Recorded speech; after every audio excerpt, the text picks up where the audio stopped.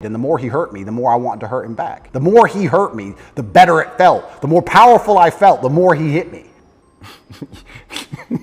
You're very convincing. You're so good though, right? It's almost like I feel like you can rationalize anything. This was interesting. I don't feel like I had time to feel pain, or I didn't feel like I had time to be a victim. You had nothing but time. No, I didn't have time. What are you talking about? Because everyone outside still relied on me. So when I would get on the phone, people would say, is that avoidance though? I don't know. Do you keep busy? Do you avoid your feelings by keeping busy, being on the computer all the time? All the things I had to do still had to be done. Just because they threw me in a cell, it just made it more difficult, which means I have less time than ever because the difficulty's been increased. And when I would get on the phone, we wouldn't discuss how I'm feeling. I'd be worried about how everyone else is. They'd be like, how are you? Yeah, I'm in jail. What's going on with this? Are you okay? Are your bills paid? Are press hassling you? I was worried about fixing everyone else's problems from jail more than I was concerned about myself or my own mental well-being. And if I felt particularly, when I say pain, is an awkward one. I don't know if I felt pain because I don't feel sorry for myself, and I've developed this mindset of such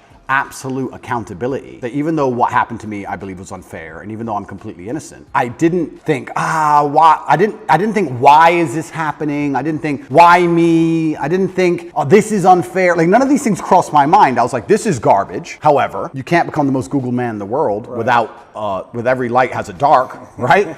Like, let's be realistic about this. Yeah. I'm thrown in a jail cell. Do I belong here? No. But am I here? Yes. I was pretty logical about it. And I was like, okay, I've got a lot of things I need to get done. And I would feel angry if I couldn't get them done. I don't think I felt pain. Now, I'll admit, I don't sleep very well since I've left. Why? I could admit Do you that. know why? I heard you say in one interview that you have nightmares. I do have nightmares, yeah. What are your nightmares about? I don't think they're about anything. I just have almost like an adrenaline rush out of nowhere while I'm sleeping, and I shoot up. I bolt awake. No thoughts, no memories, no real visions? thoughts, no real story. Fear. That's fear. I guess it is, yeah. So so let's just, you're the dreams are a reflection of the unconscious. And if you're having nightmares, there must be some unresolved fear that wants to get worked out. I believe so, but then also I love the idea of that. What? Of having unresolved fear. That sounds like the most interesting thing in the world. If someone were to say to me, Andrew, take this pill and your unresolved fear will vanish, I would say absolutely and utterly not. That's not fun. The fun is there's something in my mind which I don't have complete control or complete understanding of yet, and it's not detrimenting my day-to-day life really. Okay, I lose a bit of sleep, but this sounds like an interesting journey. It sounds like I'm in a new level of the video game and I've been thrust into a dark forest and I get to do something brand new, and I'm really genuinely not worried about it. You're not you shouldn't be worried about it. It's I'm just not worried where about you it. are. I'm not worried about it, and I'm also not like, I need to fix this. I don't care. I'll have nightmares and I'll wake up and I'll either go back to sleep or I'll continue to work, and that's life. Maybe life will keep giving you situations in which you'll have to confront that fear to resolve it. Why would I want to resolve it? Well, because I mean, if I'm really that tired, I'll sleep. no, but fear creates distortions in our mind, right? I mean, fear is the seed of evil. Yeah. Right? And so we want to know what we're afraid of, because if we block our fear, we're susceptible to bad actions, right? And fooling ourselves about what they are, rationalizing. Yeah. So I would argue that it's actually vital for you in the position that you are in and the responsibility that you have to actually confront your fear in a very real way, which probably goes back to your childhood. I mean, your dad was, the haircut story, and I don't know if you want to talk about that, if you're willing, but that's it. When I read that, I'm thinking about that little boy. It must have been fucking terrifying. It is, but I do think I had the best father on earth. I'm not disputing that. Yeah. I mean, there's a lot of good that came from your father. I'm not disputing that your father was a good man. Yeah. When you say he could go from 0 to 100 like that for a little boy, It's scary. it's fucking scary. It is, but that fear has to be in you. You don't know what the fuck he's going to do. Yeah, completely. Yeah. But I think that's prepared me for life fantastically. And I also think the fear. But have you reached a limit? Have you? tolerance? Well, of the video game. I mean, you're facing all these charges, right? So something, and maybe this is what you need to go through. I mean, you're on the hero's journey. Yeah. Right? And this is inevitable in some way. But also along the hero's journey, you have to die to be reborn. That's true. And I agree with all of that. But if I'm genuinely, I psychoanalyze myself all the time, which is one of the main reasons I don't believe in therapy and psychoanalysis. Psychoanalyze yourself. Of course you can. I do it myself. You don't think that's hubris? No, You can know your own mind, that you don't need reflection from others to see yourself, that you can see yourself perfectly? I think that, no, I don't think I can see myself perfectly, but I think that life is a perfect reflection. But why not get help? Why not? Because then it becomes a crutch. I like the idea that I can rely on myself to fix myself. Well, you have a coach. Is that a crutch? No, it's not, because he's teaching me something. What's the difference? That's fine, but like if I had an affliction, I would like to be my own doctor. And I think with your mind, you can do a lot of it yourself. And I think if you have a very strict framework in how you measure how successful you are as a human, and I do it through competence and achievement, I say, which mindset do I need to achieve as much as I can possibly achieve? Right. And I can measure that in real time. I can measure that in literally dollars and world championship title belts. I can literally measure the success. I'll say, okay, well then this is the mindset I need to have to be as successful as possible. Anything that's deviating me away from that needs to be addressed and concerned and dealt with, and I can do that myself. And I think the fear that if it's fear that's waking me up from nightmares now, it's just because I understand there's a very big apparatus, a very big enemy which I cannot destroy and I cannot beat coming to get me. So I do think that wakes me up. I think the fear is healthy. I think I'd be stupid to not be afraid. But I don't necessarily want the fear to go away because I have no problems feeling bad. Well, it's not about going away. It's coming into deeper relationship with it and understanding that there's fear that's happening in real time, but there's also fear that may be in your psyche somewhere in your body that's connected to your history. And that may need to be resolved because otherwise you're projecting things out that you may not be seeing reality totally clearly. That's the thing, right? Like, is there a way that you're not seeing things perfectly clearly? Well, then we go back to what I just said about perhaps that's true, but if I measure myself purely on competence and purely on achievement, whatever I think and whatever I'm doing is obviously fantastic. So I'm very happy with the mindset I have. And then we go into the argument, which is a level deeper, is am I supposed to be happy? Am I supposed to feel good? No, it's not happy. No, of course, but this is what I don't understand about people, especially men in the world today. Why are they so worried about being afraid? Why are they so worried about, I was afraid every time I fought. Yeah. I fought anyway. Yeah. Like, I don't let fear guide what I'm going to do. I do what I'm supposed to do regardless of how I feel. So I don't see anything wrong with feeling fearful. I don't see anything wrong with feeling stressed or under pressure or anxious. All these things men are trying to get rid of. And I talk about men specifically. I gender this because I'm a man. I don't know how it feels to be a woman. But all these things that people are trying very hard to get rid of from their brains, I don't see why they need to leave. I will argue the point that if I feel anxious and pressured and stressed and fearful, I will get more done than if I was happy. I think if I was happy, I'd just be hedonistic and just wasting my time. I think that you get a whole bunch done with these negative connotations and negative emotions, and I think that life is suffering and pain, and you're here to go through it, and the sooner you get used to the taste, the more successful you're going to be. I have no interest in trying to change the flavor, my friend. The flavor of life is pain, and I will eat all of it, and it doesn't matter if they put me back in jail or not. I'm not sitting there going, how can I be happy in jail? I will sit in jail and say, yes, this sucks, it's supposed to suck. Yes, I'm not enjoying this. Yes, I'm anxious and paranoid. And yes, that guy might stab me. And yes, I can't sleep and I miss my family. And this is what's supposed to happen to me. And this is how I become the best man I can possibly be. And I'm going to succeed regardless. You're very convincing. You're so good though, right? It's almost like I feel like you can rationalize anything, right? It's almost like a trick. Magic trick? Well, you're really good at talking, you're really smart, and it's almost like any question you can turn and make it work for you, which is great. It's a skill, but there's also a place where there's the potential for self-delusion. Oh, absolutely. And I'm not even going to sit here and say that I'm not delusional to a degree. I'm not saying that self-delusion doesn't exist. We all are, right? Let me give you a very simple example. Let me try and use an analogy. I think the only thing better than having everything you want is not wanting anything, right? So I have every car on this planet. I have 40 supercars. Most people want a supercar. I have 40. But there's that unique 0.1% of people who genuinely don't want one. And I think that's more freeing than having everything you want, right? So the true mindset is not wanting anything. Most people, the best they can do is having everything they want. And I feel like you can kind of do this with the emotions as well. I guess my general consensus is that I don't think I can change or affect the world to the point where pain and suffering and bad things are not going to happen. So isn't it best if I just enjoy all of that? Doesn't that make me as powerful as possible if I say, oh yeah, okay, this is going to suck, good. I mean, I do it when I fight. Yesterday I was fighting, right? We were doing 12 rounds and all of us were destroyed. And the more he hurt me, the more I wanted to hurt him back. The more he hurt me, the better it felt. The more powerful I felt, the more he hit me. Because then it's my turn, right? So if I can't stop him from punching me, and I'll do my best, but if I can't, then surely you should learn to enjoy it, right? And I don't think you can stop life from hitting you. And I don't think you can stop life from giving you unexpected surprises. And I don't think you can stop yourself from feeling sometimes sad or anxious or upset. So I think the best mindset you could adopt is finding that engaging and exciting. I'm not going to lie to you. Although I am facing very serious charges, and although they are trying to destroy my life, and although I cannot sleep the same, and although they're out to get me, and although I've suffered, part of me is excited. Part of me is like, okay. Why? Because it's a war. You like war? I think all men do. I do. Yeah, of course. All men do. Yeah. So it's a battle. It's exciting. Yeah, it's exciting. So I'm not saying I'm glad it happened, because I'm certainly not. And I'm not saying I'm going to win. But I'm saying that I've trained myself to the point where if I were walking down the street and 10 men were to pull knives on me, I'd be intimidated, but 20% of me would go, this will be one to remember. Do you have a belief that you could take 10 men with knives? I have a belief that, yeah, I do. Mm-hmm.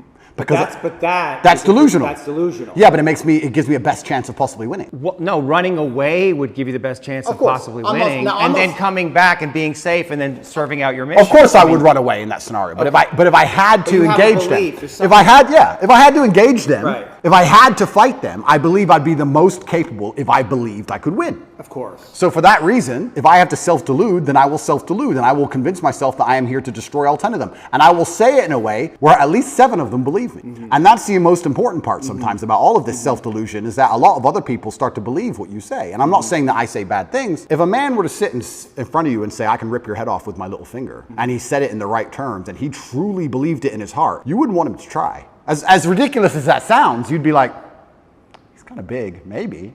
It crosses your mind. So I think that, yeah, I have psychoanalyzed myself, even though I'm not officially, certified. And I've decided that I can't stop bad things from happening to me. So instead, I'm going to enjoy bad things happening to me. And I'm going to build a mindset that makes me fearsome enough to succeed regardless of how stacked the odds are against me. Yeah. And I appreciate your mindset, and it's well thought out, and it's useful to you. And so I'm just pushing up against the places where I think there might be contradictions. I like to hear it. Yeah. I like to hear it. But like I said right now, I'm not a coward. And I want to make this very clear. I'm not a coward. I don't care if I don't sleep again for the rest of my life. I refuse to take any fucking pill, and I refuse to sit and have my mind altered by anything I do not control. I don't care if I have nightmares for the rest of human time. Right. As long as I'm in charge of my mind, I'm in charge of my life. If God decides that I don't need nightmares anymore, I'll fathom out how to stop it. If God decides I need to wake up in the middle of the night in a sweat, fearful or afraid they're coming to get me, then that's God's plan for me, and that's what I'm going to deal with. I'm not a coward. I'm not afraid of any of these things. I'm not afraid of feeling bad. I'm not afraid of anxiety. I'm not afraid of panic. This is one of the things I think a lot of men out there struggle with, is they're so worried and afraid of bad feelings. And to me, that's just showing that you've had an easy life. Like, there's real people out here who are trying to kill you. There's people out here who put a knife in your neck. You're scared of what? Feeling sad? Like, there's real problems. What are you worried about feeling sad for? Who gives a shit? I could feel sad for the rest of my life, and I guarantee, 1, nobody would know, and 2, I would be monumentally successful regardless. So why are we even talking about it? I have no fear for a negative feeling. I have fear for me not being able to provide for my children. I have fear for people who rely on me not being provided for and cared for. But I don't wake up and go, I'm worried if I might feel sad today. Who cares? Who cares? I can be happy or sad on the same day. Nobody notices, and the same things get done. The exact same amount of work gets done. Nothing changes. How are you making sense of what's happening to you? Is it God's will? Is it a co-creation? In some way, did you co-create this? Oh, no. Or are you just like a victim of the Matrix? No, I'm not a victim. So absolutely everything is, I believe. In some way you're a victim. Completely, but I believe in self-accountability. Sure. I could have prevented this. Well, how did you co-create this? If let's presuppose you did. I created this by being monumentally successful. Right. There's no light without dark. Equal and opposite force. But you said you were excited about it, so maybe there's some way you actually wanted this. I didn't want this. In fact, I had conversations with Tristan for a long time, and I kept saying Icarus to him. When I would decline certain podcasts, I would decline meeting certain famous people, I would decline talking about politics, I would decline things, and I would keep saying Icarus. And he would say, why are you doing this? And I just reply, Icarus. Because I knew if I got too big that they were going to come for me. I knew that. So I tried to balance it, and I felt like I did a pretty good job, but unfortunately I got it a little bit wrong. My fault. I got it wrong. I put myself here. Mm-hmm. But I also don't believe that there's any light without dark. It's yin and yang for a reason. I don't think that I can just become the most Googled man on the planet and become monumentally successful and make hundreds of millions of dollars and nothing bad's going to come from it. I think that would be hubris. You just used the word hubris. It's a fantastic word. I think it would be stupid for me to sit there and go, I should be able to do all of this good and have a fantastic life, and there's going to be no repercussion in any form. I knew this was coming to the point where I literally sat with Tristan about 3 weeks before it happened and said, we're fucked. So why did it happen? It happened because I became monumentally successful and I became monumentally influential, and the world is a battlefield. You did create it. In some way you co-created it. Like you knew this was going to happen, and so there may be some way unconsciously you wanted it to happen. Like if you're on this hero's journey and you're living this big life and you have a big vision for yourself. I mean, you bring up guys like Genghis Khan, and I think that's kind of appropriate because in another era you probably would have been one of those cats, right? So now we're here, and maybe you need this in some way, need this test to really feel yourself, to know how strong you actually are. I mean, I know what you're saying. I don't think I need the test. I do feel like I need to tell the truth. I do feel like What's the truth? The truth is, well, the truth about the Matrix? yeah, lies? what I believe, and I do believe that I have a responsibility because of my massive platform. Yeah. And I do believe that the responsibility is for me to do my best to educate people in a way that's going to make them happy. And I know I could have sold my soul 1,000 times, and I know I could have avoided this, and I know I could have not said certain things, and I understand all of that. I wasn't looking for a war this large. I wouldn't say I was looking for it, but I wasn't ignorant to the fact that it might happen, and I wasn't afraid.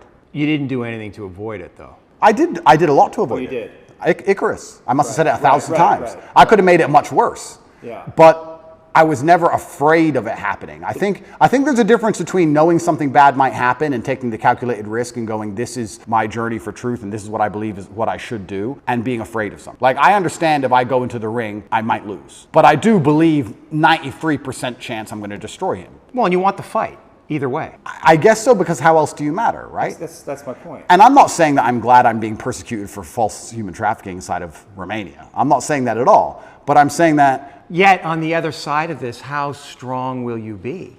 Stronger than you could be otherwise, that's for Completely. sure, and have more power and influence otherwise. Absolutely. I mean, it's a Nelson Mandela. Completely. And Now, so I wouldn't want to spend fucking whatever amount of time in jail. That sounds fucking scary, but it's not uncommon for heroes. Well, exactly. And if you take the lessons from it, and if we want to once again talk about being as formidable as possible, then I don't think jail, okay, it's given me nightmares, but I don't think it's made me weaker. No. And it could have easily made me weaker. I could have gone through the exact same experience with a different mental model and emerged weaker. I believe I've emerged stronger, regardless of the fact that I have nightmares. I didn't have nightmares before, now I do, but I still see myself as a stronger person. That's one more thing I no longer have to fear from an unknown perspective. I know exactly what it's like. I know the best ways to deal with it, which I developed within the 3 months. And if they put me back, I know what I'm going into. So that's an unknown area of the map explored. Yes. And I don't want to go, but I do believe that I'm more powerful than ever. And you have to find the good in it. That's absolutely not for sure. But I don't think I want to be very careful. I don't think I was looking for this fight. I'm finding the good in this fight. I believe that my fight actually has far-reaching repercussions for society now. I think that however this plays out is going to affect society in real time. I wasn't looking for it, but I was never... Did you attract it in some way? Well, if you are a force for good, then the evil is going to attack you, isn't it? And I do genuinely believe this is the battle of good versus evil in the world today. I believe that truth is always going to be on the side of good. I am religious. I believe the things I say most people knew were true only 10 to 15 years ago. I don't think they're radical ideas. And I think that there is an evil force in the world which is extremely deceptive, and they are out to try and silence me, not because what I say is wrong. It's in fact because what I say is right. I believe the reason I have so much influence and the reason so many young boys listen to me and pay attention to me is because I say things that are true, that they know intrinsically, evolutionarily, inside of their bones as true. That I say things which work. People often wonder why my fan base is so feverish, why my fan base is so dedicated. Well, if they listen to me, it's the first time they ever feel good. The first time they ever train hard and start to feel better physically, and they start to feel better mentally, and they adopt my mental model, and now they're not stressed or depressed anymore, and then they may start to make some money, and they go, you know what, I started listening to Tate a year ago. I'm in the best shape financially, the best shape physically, the best shape mentally. Tate's the man. So they're hyper dedicated to me. Yeah, I mean, there's going to be a negative to that. I want to make something clear. I've been brutally aware of the fact that all of this might blow up in my face for a very long time. I've not been ignorant to that. And I think that's why jail didn't cause me pain, because I wasn't in jail like, how did this happen? I was in jail thinking, they got me. I knew it. They've been after me for a long time. I knew they were coming. Is there darkness in you? I mean, there must be. There's darkness inside of everybody. Right. And do you know that part of you? Are you in relationship with it? Do you think about it?